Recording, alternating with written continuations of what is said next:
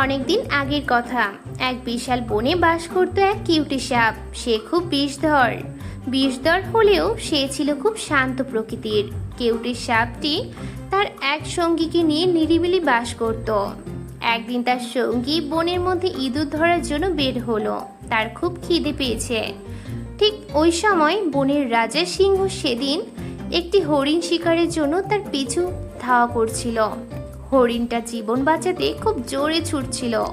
সিংহ হরিণটিকে ধরার জন্য বেহুশের মতো দৌড়াচ্ছিল। কিউটের সাপের সঙ্গীটা পড়ল একেবারে সিংহের পায়ের নিচে। সিংহের পাড়া লেগে থেতলে গিয়ে সেখানেই সে মারা গেল। ততক্ষণে হরিণটাও পালিয়ে গেল। বেশ অনেকক্ষণ ধরে সঙ্গী আসছে না দেখে কেউটের সাপ খুঁজতে বের হলো। কেউটের সঙ্গী মৃত অবস্থায় একটি অশ্বত্থ গাছের তলায় পড়েছিল। কেউটি সাপ অনেক খোঁজাখুঁজির পর তার মৃত সঙ্গীকে খুঁজে পেল। ওই অশোক গাছের কোচরে বাস করত একটি হুতুম প্যাঁচা। সে পুরো ঘটনাটি দেখেছিল। হুতুম প্যাঁচা কেউটি সাপকে পুরো ঘটনাটি খুলে বলল। শুনে কেউটি সাপের অনেক দুঃখ হলো।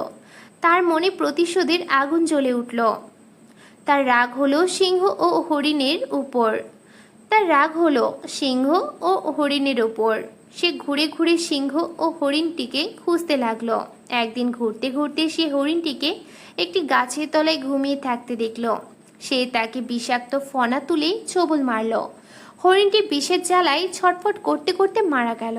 এই ঘটনায় কেউটির আত্মবিশ্বাস বেড়ে গেল। সে হন্যে হয়ে সিংহকে খুঁজতে লাগলো। একদিন সে সিংহটিকে খুঁজে পেল। তবে সিংহটি মারা এত সহজ হলো না। সে সিংহটিকে ছোবল মারতে আসতেই সিংহটি সরে গেল। সে কেউটি সাপটি পিছন দিক দিয়ে আক্রমণ করতে চেষ্টা করলো। কেউটি সাপটিও শরীর বাঁকিয়ে সরে গেল। এভাবে ওদের যুদ্ধ অনেকক্ষণ ধরে চলতে লাগলো। অবশেষে সুযোগ পেয়ে কেউটির সাপ সিংহের পেটে ছোবল মারল।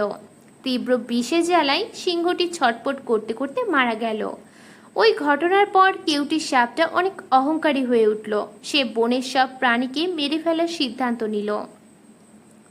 সে ভাবল অন্য সব প্রাণীকে হত্যা করে সে বনে একাই নিরিবিলি বাস করবে এবং ইঁদুর ধরে ধরে খাবে। এরপর সে আক্রমণ চালিয়ে খরগোশ, জিরাফ ও শূকরকে মেরে ফেলল। ভয়ে অন্য প্রাণীরা ওই বন থেকে অন্য বনে পালিয়ে গেল। ওই বিশাল বনটিতে বাস করত এক বিশাল আকৃতির শামুক। এটির বৈজ্ঞানিক নাম হলো সাইরিংস আরুনাস। এর দৈর্ঘ্য 3 ফুটের কাছাকাছি, কিন্তু বড় আকৃতির হলে কি হবে, সব শামুকের মতোই সেও খুব ধীর গতির প্রাণী। সেও ধীর গতিতে হেঁটে হেঁটে বন থেকে পালিয়ে যাচ্ছিল। হঠাৎ শামুকটি কেউটির সামনে পড়ে গেল। কেউটি সাপটি তাকে দেখে আক্রমণ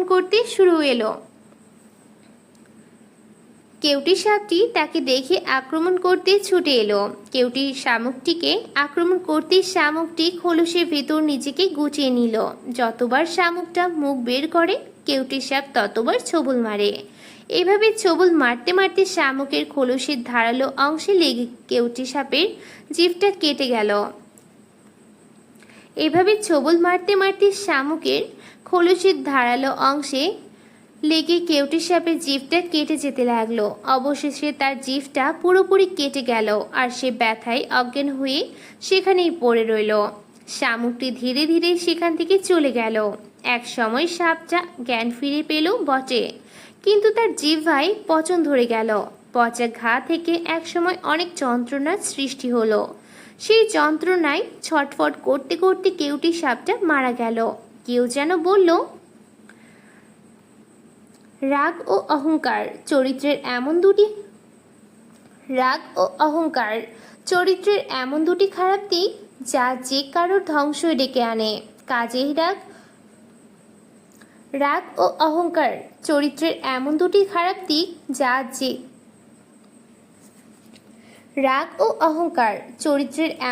খারাপ দিক যা যে কারো ধ্বংসে ডেকে আনে।